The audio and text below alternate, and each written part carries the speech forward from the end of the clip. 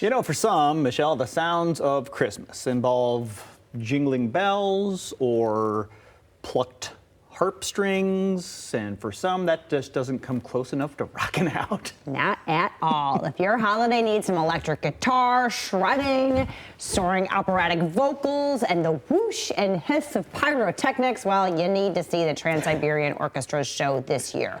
The Ghost of Christmas Eve, the best of TSO, and more is coming to Van Andel Arena. This morning, we are joined by founding member and guitarist Al Petrelli and keyboardist and vocalist Mi-Yoon Kim via Zoom to learn more. Good morning to both of you. Thanks so much for joining us. Good morning. Thank you for having us. And the introduction was great. Perfect. Nothing says Merry Christmas like a napalm strike. Thank you, Al. Thank you. I am here for it. I love the smell of fresh burnt mistletoe in the morning. That's it. Let's go. All right, so let's talk about the tour. When you guys hit the road and talk about when you're going to be here in GR. Well, we're in production rehearsals right now. We're going to try to run the show 40 or 50 times before opening night, which is, I think, November 13th. Because opening night here in Council Bluffs or Omaha, Nebraska is everybody's first show. Now, I'm going to see you guys maybe, I don't know, our 40th show, 30th show. But we want to make sure it's a perfect show for you as well, because it will be your first show. So we're going to rehearse around the clock, new production, new music, things we've never done before. Because when we get to see you guys the first week of December, I want it to be the biggest show ever. You know, when we see shows like that, TSO shows have a feel. They've got a vibe. You say there's going to bring something even. How do you bring new to this show that seems to have everything already? Like you said, we have it all. We're going to bring the familiar side of the show with the music and the songs and the story. But even we're going to be surprised with the production. So I know you're going to be really blown away with the laser, the stage production, and the video. Love it. I love it. So, and you know, more than just a show, you guys are giving back. So let's talk about how much money you've raised for charity over this run. I appreciate you bringing that up. That goes back to the first show we ever did in 1999. Our founder, the guy who created TSO, Paul O'Neill, said that he wanted to donate $1 from every ticket sold forever back into the community.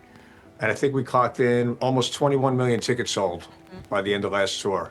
Wow. So $1 doesn't sound like a lot of money, but it adds up, and I'm very proud of Paul, what he created, and we're honored to carry on his legacy. I love that. And it's really the Go ahead. audience who is giving back to the community by coming to the show. Absolutely. And that's what we're trying to get people to do, get a ticket. So let's sell them. This is not your typical rock show.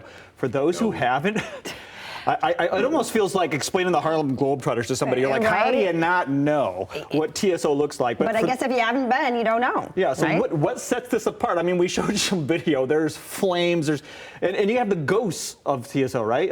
So talk a little bit about that and the best of TSO. What does the ghost of Christmas mean? Are we going to see spirits flying around? No. That was a film we did back in 1998. Excuse me. Paul O'Neill decided to take songs from the first two Christmas records, from Christmas Eve and Other Stories and The Christmas Attic, rewrite a whole nother story about it, basically about a teenage runaway, this young girl. It's Christmas Eve, she's scared, she's tired, she's cold, she's lonely, she wants to get home.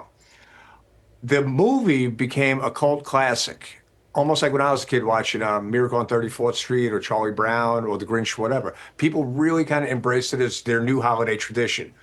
We bring it out live with all new technology. Like you had said earlier, you know, the pyro, the lasers, the moving trusses, the video screens, all the production. But what I noticed over the years, guys, is that people in the audience are relating to this story, and it becomes about the people in the audience. Everybody misses somebody, no matter what. And it seems to be magnified around the holiday season. And I always tell people, there's an empty chair at everybody's dining room table. You know, you can't help but miss somebody. And when you're in the audience and you're listening to the poetry and introduced to the characters and the songs, you realize that, oh, I lived through this, but so did everybody else in the arena, so at least you're not alone.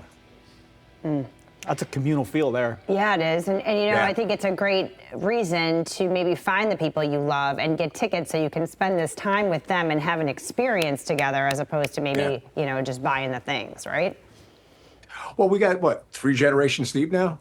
Yes, we have three generations coming to the audience. We have grandparents sitting next to the grandchildren, enjoying the style of music of rock to Broadway music to classical to blues.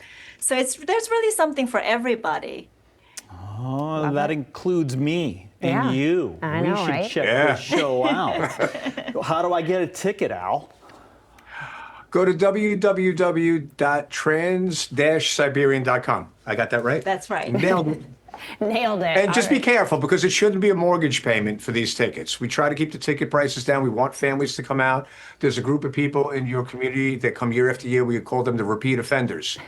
Come on back out. Let's have a good time again. There you go. And make it a tradition. Appreciate you both so much. Thanks so much for joining us. Happy holidays to you. This is coming up December 7th at Van Andel Arena. There's 2 shows to choose from, 2:30 or 7:30, trans-siberian.com.